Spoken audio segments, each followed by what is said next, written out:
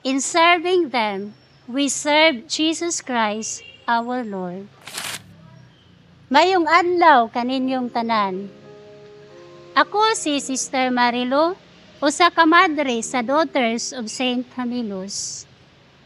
Aniya na usab kita sa pagpamalandong sa pulong sa Dios. Karong adlaw ang atong ebanghelyo sumala ni San Marcos nagaingon, bisan asa moadto si Jesus sa kabalangayan, sa kalungsuran, sa kaumahan.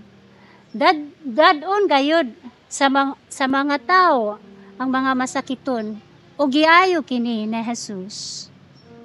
Kini mag-ong ebanghelyo nagpakita sa dakong kaluoy ug gugma ni Jesus ngadto sa mga masakiton. Haduol gayud sa kasing-kasing ni Jesus ang mga nag-antos, ang makabus ug ang mga masakiton.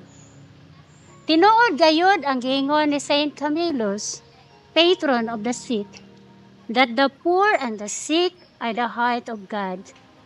And we as daughters of Saint Camillus, our charism is to serve the sick even at the risk of our life, by ministering the spiritual and corporal works of mercy. In this way, we continue the mission of Christ in caring for the sick.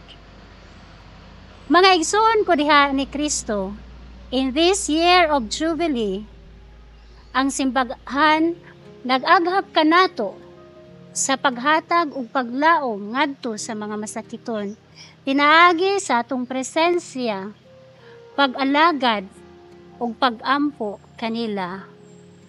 In the end, let me quote the words of Saint Camillus, that the poor and the sick are the heart of God.